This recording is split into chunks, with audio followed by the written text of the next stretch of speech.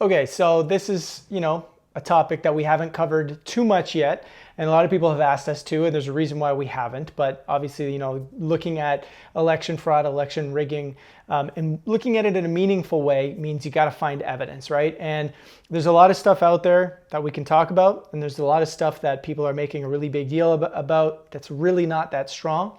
And so in this piece, we're going to really look at what is legit. I do think there's something going on here. We're going to get to the most important evidence, but I don't want to spend too much time on all the hearsay and all the little pieces of small stuff that from our research, when you really look at it, it doesn't seem like it's a huge thing. But let's first just start off kind of with the mainstream media position. Obviously, they're claiming that there is absolutely no election rigging. There's nothing that is at a widespread rate, meaning that even if you're finding irregularities here and there, which is normal in every election, it's not something that's big enough. They're also claiming things like, voting machines have not deleted any Trump votes. They're not saying there's any big issues with voting machines. All these sort of claims have been denied everywhere, which might be, which obviously is true. There has been denials, but the question is it even possible to find all the issues with the election machines, as we're going to get to later?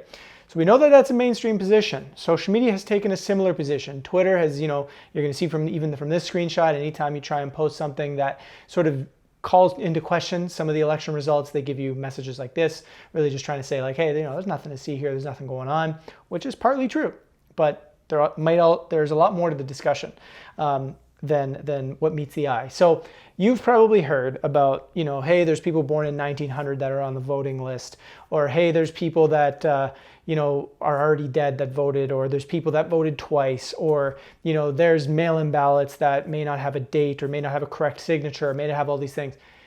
And if we were to sit here, we could probably talk for hours on all of these particular things, right? And we can go on all day. And the majority of these claims come from sworn affidavits, right? So what this means is that there was a poll watcher or somebody who saw something happen. They said, hey, here's what I saw happen. And someone said, hey, do you want to go under oath and talk about that? And they're like, well, yeah, I'll go under oath. Okay, you realize that if you're going to provide an affidavit, that there's a penalty associated with that. And they're like, okay, I could go to jail for 5 years if I'm lying here. Okay, cool. You make your statement, you get it notarized, boom, it becomes a sworn affidavit. There's 254 or 243 pages, I believe, was 234 pages, according to the Fox News report, of sworn affidavits that talk about a lot of different things. Now, that is what makes up these things of, the claims of the 1900, the claims of ballots being counted multiple times. There's a list here, if you look at it, I'm not going to go through every single one, but if you look at a lot of these things, you can pause the video if you want and read through them. You're seeing a lot of eyewitness cases, things that people did see, or whether they think they saw it, or whether they weren't sure what they saw, right? But they saw something that looked weird, right? That's what all of these, this whole list of stuff comes from, is from sworn affidavits, right? These are the most meaningful pieces that they pulled out. You'll notice looking at that list, you're going to see things that are about, kind of emotional disputes. Hey, this person kind of pushed me, or this person didn't want me to see this. These people covered things up, which is weird. These are weird irregularities. Why would they be covering it up? I don't know. This is also one of the most emotional elections that have happened on record. Maybe people were sick and tired of people breathing down their neck. Either way, did they break rules? Probably. All right. Just because they broke rules doesn't mean that they rigged the entire election. We need to look for the evidence of that, right? So when it comes to a lot of the different stuff that have been passed around on memes, on all the different channels of social media and all these different things, that almost at some point was making me go crazy, because I'm like, this is not a smoking gun. This is an interesting anecdote, but when you go deeper on it, it doesn't account for huge numbers of ballot issues, right? It's irregularities that fall under the norm of what happens in any given election. Now, let's make a quick note about mail-in ballots, because there's something important to talk about there. In Pennsylvania, as an example, right? Mail-in ballots typically on any given year, when you have mail-in ballots, about 1% of them are rejected, meaning 1% of them either have a post-date issue, a signature issue, or maybe something wasn't done right or wasn't clear. It in essence becomes an illegal vote. So, out of millions, or out of typically, I think it was hundreds of thousands of mail-in ballots that normally happen, you have 1% of them that get thrown out.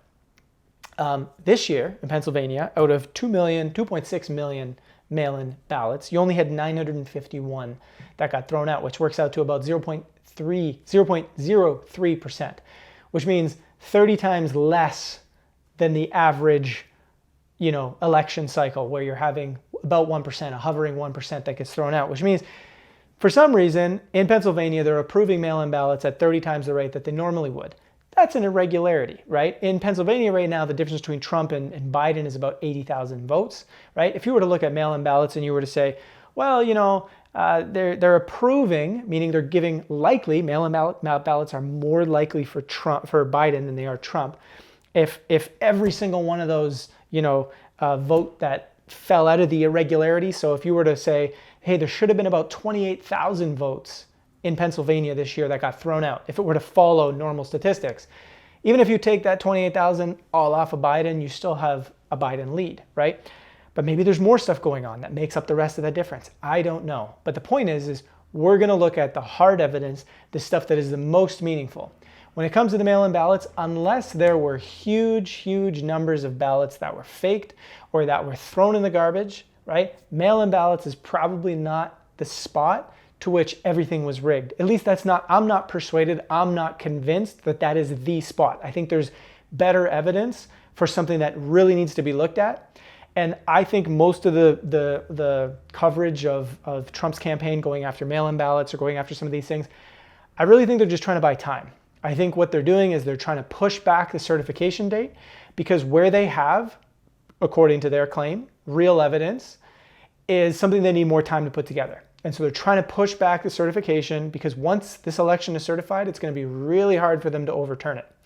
Where I think it is very interesting and where I think there is a case to be made and where I honestly think most of Trump's legal team is working right now comes down to the Dominion voting machines. And this is where I've kind of looked into the majority of stuff and really tried to figure out, okay, what's going on here that could meaningfully overturn this election. So pre-election, there's a sentiment about these voting machines. Post-election, there's a different sentiment. And this mostly has to do with the mainstream media. Their sentiment kind of changed. Prior to the election, there was a lot of coverage in mainstream media over the course of the last 10, 15 years about how these voting machines, maybe they aren't so reliable. Maybe there's issues with it, right? And we're going to go through those examples. And then all of a sudden, post-election, it's as if voting machines have no issues whatsoever. Let's look at the first, I think, most solid piece of information regarding various states having knowledge of, and even politicians, that these voting machines are not trustworthy and that they actually said they're so not trustworthy, we're not going to allow it in our state, right? Which leads to an issue in the United States. There's no federal standard for how a vote in a federal election should happen, which is problem number one, right? Every state can do what they want, which is wild to me. But in the state of Texas, we're going to look at this quote here. This was from a report that they filed when they were considering using Dominion voting. The examiner reports identified multiple hardware and software issues that preclude the Office of the Texas Secretary of State from determining that the Democracy Suite 5.5A system satisfies each of the voting system requirements set forward by the Texas Election Code. And some of the issues they had with that was they felt that the machine doesn't operate efficiently, it's not accurate, and it's not safe from fraudulent or unauthorized manipulation. So that's important. That's a state, which you could say is a little bit more on the Republican side, obviously, that's saying, we don't trust this, right? Then you can go over to the opposite side of the spectrum and you say, well, are there any Democrats? Are there any, do they have a position on voting machines prior to the election that might say that there is a greater sense of widespread doubt over these election machines? So we go to a report that came out. I know Elizabeth Warren was involved in this and a couple other top-level Democrats. They were basically saying, their report found that in 2018 alone, voters in South Carolina were reporting machines that switched their votes after they inputted them, scanners rejecting paper ballots in Missouri, and busted machines causing long lines in Indiana. Ultimately, at the end of the day, they felt that these problems threaten the integrity of our elections and demonstrate the importance of election systems that are strong, durable, and not vulnerable to attack. So what they were saying is that under the suite of Dominion voting machines, there's counters, there's touchscreen, there's all these different types of machines, and they've seen issues with them everywhere. right? Maybe they're not in every single machine, but they've seen enough issues to say, hey, this is not something that can be relied upon and it's not trustworthy.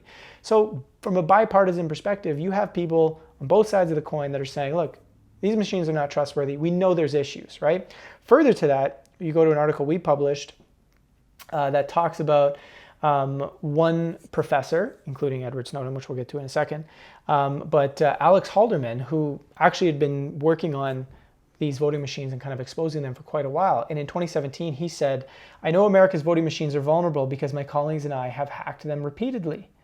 As part of a decade of research studying the technology that operates elections and learning how to make them stronger, we've created attacks that can spread from machine to machine like a computer virus and silently changed election outcomes. We've studied touchscreen and optical scam systems, and in every single case, we found ways for attackers to sabotage machines and to steal votes. So the key thing to remember here is that they've known for a while, right? He's been doing this for over a decade, so they've known all throughout the 2000s, right? Bipartisan support for this. Voting machines are an issue, right? And the key thing to note specifically from his claim here is that these issues will go undetected. So when you have the mainstream media right now saying, hey, you know what, there's no evidence whatsoever that Trump votes were deleted, for example. Or maybe they're saying votes were not flipped.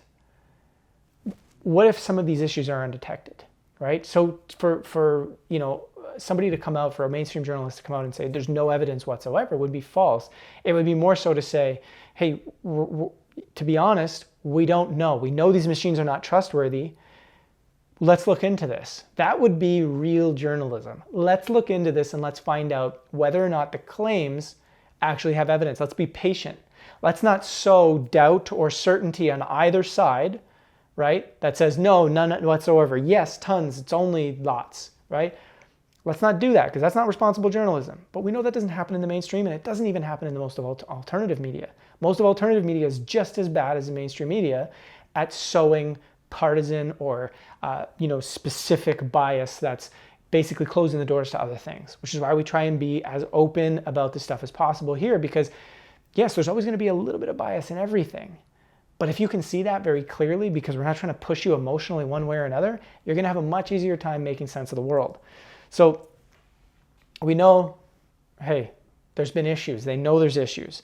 On top of that, you had Edward Snowden, who posted a video on his Twitter, July 27, 2019, which again looks at Halderman. I'm going to play the video, and you're going to have a look at what this says. He's going to kind of lay out a little bit about how easy it would be to actually manipulate an election with these machines. All cybersecurity experts who have given electronic voting machines any thought agree. These machines have got to go. This is the same electronic voting machine used in Georgia, in parts of Indiana, Kansas, Kentucky, Mississippi, Tennessee, Texas, and even in swing states like Virginia, Florida, and Pennsylvania. Step 1. Buy a voting machine on eBay. Or, if you're the North Koreans, hack the manufacturer and steal their software code. Step 2. Write a virus. Step 3. Email your virus to every election official responsible for programming the voting machines with new ballots. Many of these officials are easy to find online. Step 4. Sip coffee and wait. Step 5.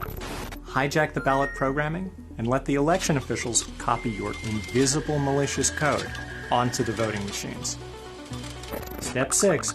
Watch your code silently steal votes. In a real election, an official could quickly scan these paper ballots and shortly after have a human verify the results. Paper plus audits. All elections should be run this way. But if you don't want to believe me, or every single expert in cybersecurity who's thought this through, then take it from this guy. It's old-fashioned, but it's always good to have a paper backup system of voting. It's called paper. So again, a couple of the key things there is, again, it's been known for a while. You saw how easy it was to make the election close, make it seem like it's believable, but you can manipulate it on the go, right? If it's connected to the internet, it's doable, right? And not only that, you're able to see through this that it wouldn't be that hard for someone to actually disseminate these updates or these firmware updates such that it would actually provide the results that you wanted. This isn't getting into potential claims that I've heard, which again are not substantiated yet, where you could actually run real-time algorithms and know how to flip votes throughout the course of election night to give you the result that you want, right? So that's a whole other part to this that we're not going to get too much into, and perhaps, you know, this is part of what Trump's team has, but still in the pre-election arena here. There was a documentary that came out called Kill Chain. It was an HBO documentary, and it followed a Finnish computer engineer named Harry Hursti. And he says here, malware can infect machines between election cycles. It would be very easy to write a piece of software into an American voting machine that would silently change votes as they come in. There would be no evidence of it happening. This is a relatively simple machine. It would not be hard to remove traces that had been tampered with. So again, he's saying that regardless of updates that have taken place within Dominion voting machines, it's still very easy to manipulate them and nobody would know.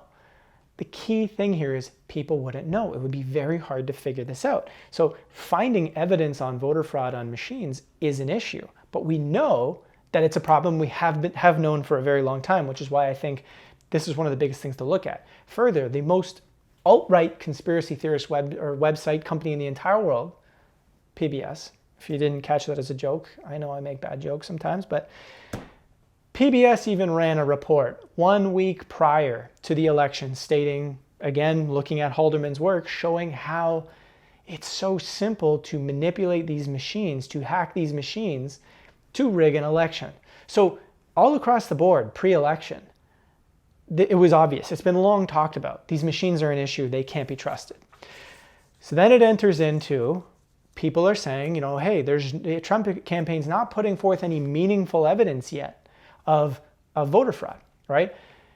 So how can we trust that there's anything that's at scale enough that could actually overturn these results, that match when Trump says certain things like on his Twitter, like, hey, we won and we won by a lot, and la-da-da-da-da-da, right? People are saying, oh, well, there's no evidence yet. So it's true that some of the initial lawsuits and claims and little things that have happened here and there have either fallen apart or they've been withdrawn. But again, keeping in mind that the majority of this from a legal strategy perspective was to try and delay the certification date. When we take that out of the picture and we start saying, what do we actually have that backs up the idea that these Dominion voting machines could be responsible for switching this election, or any election for that matter? The one thing I gotta say, and I gotta be very clear with, whether you're a Republican, Democrat, I mean, this type of election rigging can happen either way. Like, I wouldn't put it past the Trump admin to potentially rig things in their favor, just as I wouldn't put it past the Biden admin to rig things in their favor. Neither of these people usually are the powers that be. The powers that be, those who influence Congress, those who have a very strong ear inside presidents and other world leaders, are usually unelected officials, right? We've known this for a long time, right? Oligarchies is kind of the best way to look at the vast majority of how countries run, right? You have influence, you have power, you have money influence, not the people who are electing somebody that says, yes, this person's going to act on my behalf. You have to ask two questions. Is it possible that, you know, there's enough at scale election rigging with the machines to actually overturn the election? So you got to say, first of all, is it mathematically possible given where the machines are throughout the United States? So the first thing I did is I went over to a website called Verified Voting, and I looked at where are these machines used, or where is anything coming from Dominion voting used? And you find that it's used in about 24 states throughout the United States. Within those states, only it's pieces, it's counties within states. It's not like it's all across the board. There are some states, like for example, the majority of Michigan uses Dominion throughout all of their counties. All of Georgia pretty much, I think maybe with the exception of one county here or there, uses the Dominion voting machines. Most of Wisconsin, right? And then some of Pennsylvania. So I looked at this and I said, okay, is it mathematically possible that enough swing states where, yes, these machines are used in swing states, and they're used enough in swing states, in enough counties, where you might mathematically have a way of actually rigging the election? So let's look at it. I chose to look at Pennsylvania, and I dove a little bit deeper. I said, where in Pennsylvania? What counties? What I found was that there's enough. So we got Erie County, we got York County, we got Luzerne, and I think the last one is Montgomery County here. So these are all top 10, top 15 populated counties in Pennsylvania. And if you look at the numbers, like you're talking about counties with like 600,000, 300,000, and several with 200,000 registered voters. And when you start looking at those numbers and you start seeing the scale of these counties, right? So you don't need widespread rigging to happen. You only need a few meaningful counties here and there, where if you were to change 5 or 6% of the vote, that's all, 5 or 6% of the vote, where you flipped it from one candidate to another, which we know is possible and we know happens from all the evidence that we've seen pre-election. 5 or 6% is all it would have to flip for you to change the outcome of even this current election, right? So there's a Biden lead by about 80,000 votes. If you were to run the math on some of these counties and you were to say, hey, just flip 5, 6% in some of these counties, bingo, bango. Now Biden has that 80,000 lead and you could erase it by reflipping 5 or 6%. The point is not that, yes, it factually happened. The point is that it's extremely possible. It does not need to be widespread throughout the entire country. And it could easily shape or shift an election with just a little bit of organization in the right counties. That's all that really has to take place here. The right counties, the right swing states. So mathematically, it's absolutely possible that this could have happened, right? On top of that, I look at Sidney Powell. So I look at her character and I ask the question, why would she lie, right? She may. I'm not saying she wouldn't. I'm saying, why would she lie and say what she's about to say in this video I'm going to show you if she didn't have something to back it up? Check out the video.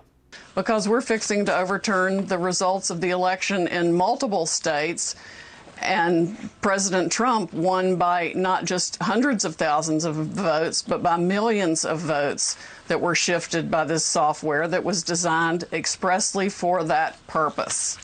We have sworn witness testimony of why the software was designed. It was designed to rig elections. So obviously in there, she's saying that they feel that they have, evidence of millions of votes that have been overturned, flipped, and she's focusing on Dominion, which to me, again, based on what I just put together, all the research I've done, it's the only meaningful place to look. Everything else is just going to be a shit show to figure out, and I don't think is as meaningful as people think it is. But with Dominion, this would actually be the easiest way to pull it off, by far. And again, it would be the least traceable, right? Why would you take a huge risk with mail-in ballots and just put tons and tons and tons of mail-in ballots with the wrong signatures and wrong? If you did a hand count, you would figure it out. Now, are they going to do the hand count? I don't know. But why would you leave such an obvious paper trail? When if you use Dominion, it would be way harder to figure out, right? Which is why I'm saying focus on Dominion. This is where the evidence is, in my opinion. Now, Powell is putting out a very strong case that says, I better have evidence to say what I'm saying. And if the Trump administration has no evidence whatsoever, given the statements that they've made, then 100%, this is the most, I shouldn't say the most, it would be a terrible thing to do, right? It would be terrible to come and present like you have all of this stuff, just like what happened with the Russian, this would be a polarity of the Russian collusion narrative. We have absolutely nothing to back up Russian collusion. We fabricated the whole thing, but we're going to go on for it for 3 years, right? This would be the equivalent to that on the Trump side. It's possible. It may be happening. We'll probably know in a couple weeks. So we can all just calm down, continue to look at what we're looking at, continue to transform ourselves, continue to ask meaningful questions, and perhaps do the final thing I want to say here. With all of this stuff, we're seeing an erosion of public trust in societal institutions, societal contracts, which is to say the economy, the voting processes, government in general. We're seeing an erosion in all of that through COVID, through this vote, through everything that's happened over the past even several decades. It's all just rising to the surface. It's begging us to ask bigger and deeper questions. What are we really doing here? What's going on? What is within our belief system that is continuing to put all of our chips into these baskets that are so obviously corrupt on both sides, that are so obviously not for the people on both sides? If you really ask the question, aside from all the propaganda you'll get from political parties and politicians all over the place, aside from all that, is life on this planet thriving? is society thriving? Are we really in a position where we can say, yes, we're living the best that we can live within society? Does the deepest aspect of you believe that something more is possible in the world that we live in? And is it possible that current events are the collective wake-up call that we need to start asking deeper questions that pull us out of our worldview and force us to take a step back and say, wait a minute, is it so bad that we're losing our trust in institutions and social contracts that don't actually serve us to thrive in the first place? And I know this is a scary subject for people to explore because it can be uncomfortable. Where are we going? What would happen if all this fell apart? I don't know. And I'm not saying it all needs to fall apart right away, but I do believe and I deeply feel that what we're doing here and what we do on CTV and why we have evolutionary conversations and why we teach and share the practices, i.e. the personal transformation, the personal development to go along with those evolutionary conversations, is we're at a time where we need to reimagine what it is that we're doing here on this planet. Everything societal related, from economies to how we treat the environment, to how we treat each other, to how government operates, all of it. And I'm not saying this in the way the Great Reset might be presenting this, where it's technocratic billionaires, surveillance state, potentially extremely authoritarian, right? I'm not saying that. I'm saying you get engaged, you get involved. You determine what within your heart, when you suspend your current worldview, when you start asking questions, where did these beliefs come from? Why do I think this way about the world? Who are we? Why are we here? When you start asking these bigger questions, you really start looking at it. You start to realize that these current events are a massive wake-up call that's long overdue, that says it's time to start having different conversations. Enough of this. This helps us to push us to have these deeper conversations, but we have to engage with them. We have to take the time to engage with them. So on CTV, that's what we're doing, right? We have evolutionary conversations and we have courses and different things, always adding more courses. We have a whole bunch of courses coming in soon here in the next couple of months. But the purpose of it is we're trying to have new conversations, because these old ones and just getting stuck in the old narratives all the time is not actually helping us move forward. It's keeping us stuck within the old systems and the old paradigms, which we do need to play in at the moment, but we need to build transitions out of it. And we need to start having conversations about what you want. Because if you don't stand up, get engaged, and voice that and talk about that, some other politician is going to come along and present it for you, and you're just going to go along with it. So the question becomes, is a personal choice of, do I want to be empowered, or do I want to continue to be just enslaved to the systems at hand, because I don't want to question, I don't want to go deeper, I don't want to ask what I truly want within myself, and then connect with fellow, neighbors, brothers and sisters, and see where we all really stand on this.